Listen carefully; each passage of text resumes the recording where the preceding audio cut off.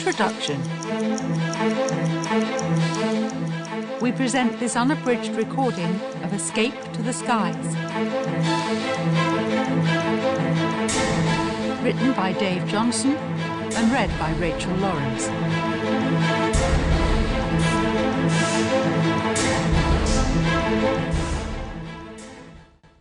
Chapter 1. Sometimes I wonder why I'm even doing this, ruminated Charlotte. It's risky and reckless. But then again, I had a pretty safe and comfortable life in the days before I joined the Rebel Runaways, and it was deadly boring, so what the hell? Glancing over her shoulder, she called out to Billy, who was lying on the airship's deck, peering through the open doorway. "How's it looking?" "Down a bit. Oops, too blooming much. Up a touch. Perfect. Keep her there." Below, suspended by a harness on the end of a rope, Jake was armed with nothing more than a brush and a pot of paint. The airship, the Rebel, had ventured deep into enemy territory and was hovering above the Air Fleet airfield.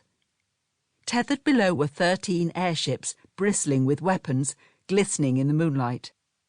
Joshua and Sadie stood vigilant on lookout duty. Joshua was wearing his gauntlet, which could fire a harpoon from a great distance, powered by a clockwork motor. Sadie, meanwhile, wore her dart-firing glove. They hoped they would not have to use them, as any confrontation, even if they emerged from it unscathed, would signal a failure of their mission. "He's finished that 'un," shouted Billy. "On to the next bleedin' pronto." The following morning, the day of the Air Fleet flypast, Green Park, London. The top brass were awaiting the arrival of the airships. Previously, members of Parliament would have joined them, but now that the armed forces had taken over the government, all the politicians were at home, sulking. "It's been a splendid day so far," remarked General Truscott. "Even the cavalry looked a fine fighting force, bearing in mind there are no horses left alive." "Yes, and the crowds are something to behold. There are 3 times more than I would have expected.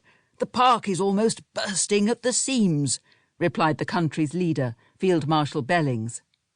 "Just a simple fly-past in formation, and that will be that. We can call the day a resounding success. What could go wrong? The Air Fleet pilots might not be able to march in step like proper soldiers, but surely they can fly in a line," said Truscott, somewhat tetchily. In the midst of the crowd, Jed was puzzled. "Here, what's everyone waving—" Sample complete. Ready to continue?